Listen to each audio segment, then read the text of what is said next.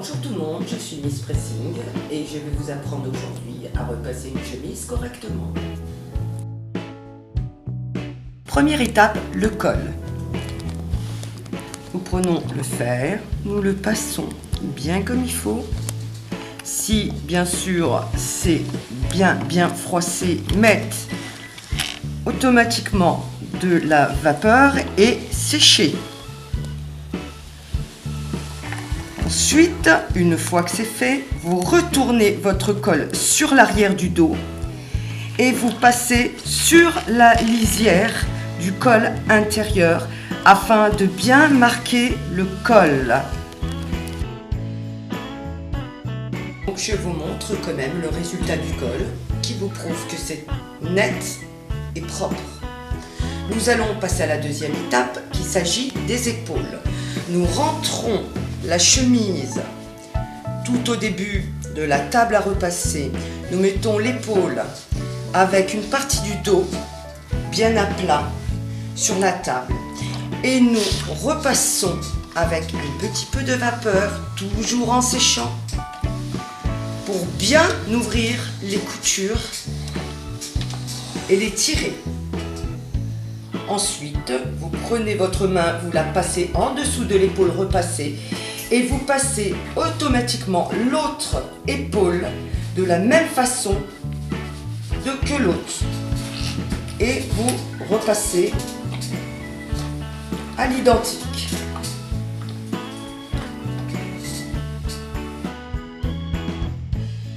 Enlevons donc notre chemise de la table pour poser la manche et retourner sur l'envers afin d'avoir un poignet bien plat à ce que le fer puisse bien passer dessus. Nous commençons donc automatiquement par le côté boutonnière du bas de la manche pour bien ouvrir les coutures et bien sécher au niveau de la patte pour que celui-ci soit bien net et bien écrasé. Ensuite, nous tournons tout doucement la chemise afin de pouvoir bien repasser le bas de manche. Et nous continuons cette étape tout doucement avec bien sûr de la vapeur et toujours séché. Nous mettons donc la manche à plat sur notre table à repasser et sans hésiter vous mettez donc de la vapeur afin que celle-ci se défroisse et toujours on sèche sans hésitation afin que ça ne froisse pas.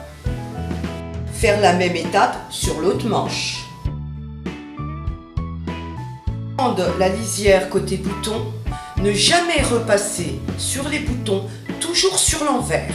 Donc nous prenons la chemise sur l'envers et nous allons passer notre fer à repasser tout en tirant au niveau du col pour bien étirer la couture de la lisière où sont les boutons et bien sécher.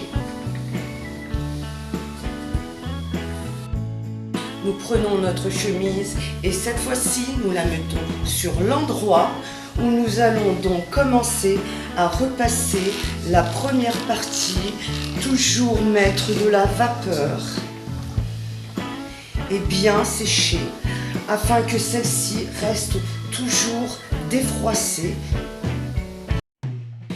Et bien sûr, nous continuons donc notre étape toujours de la même façon, de la vapeur et sécher, bien tirer sur les coutures, donc vous pouvez tirer sur le tissu, bien faire attention de ne pas mettre la manche sur la table afin de ne pas créer de plis. Et nous continuons au niveau du dos, toujours prendre de façon à ce que la manche du dos ne soit pas pris au niveau de la table à repasser.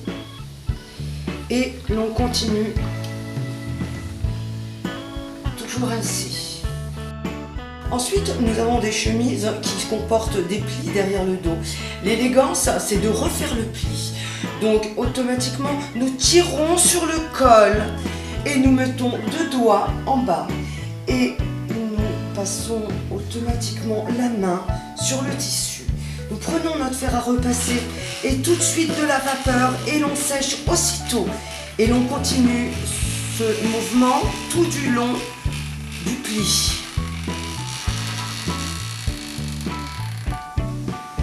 Afin d'obtenir un pli beau et homogène. Et donc, vous continuez la chemise tranquillement, comme de l'autre côté, à l'identique. Vous continuez donc de repasser avec de la vapeur et en séchant. Arrivé à la couture qu'il faut tirer comme de l'autre côté, s'assurer à l'identique de ne pas mettre donc notre manche sur la table afin de ne pas la froisser au moment du repassage.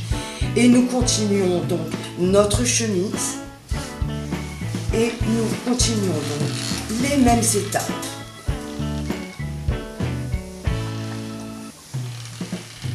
Un bon séchage est nécessaire à une chemise. Nous finissons donc par la lisière qui se situe donc au niveau des boutonnières. Et là, nous n'hésitons pas, pareil, à mettre beaucoup de vapeur, à sécher. L'importance de façon à ce que votre boutonnière soit automatiquement toujours correcte et non frisée.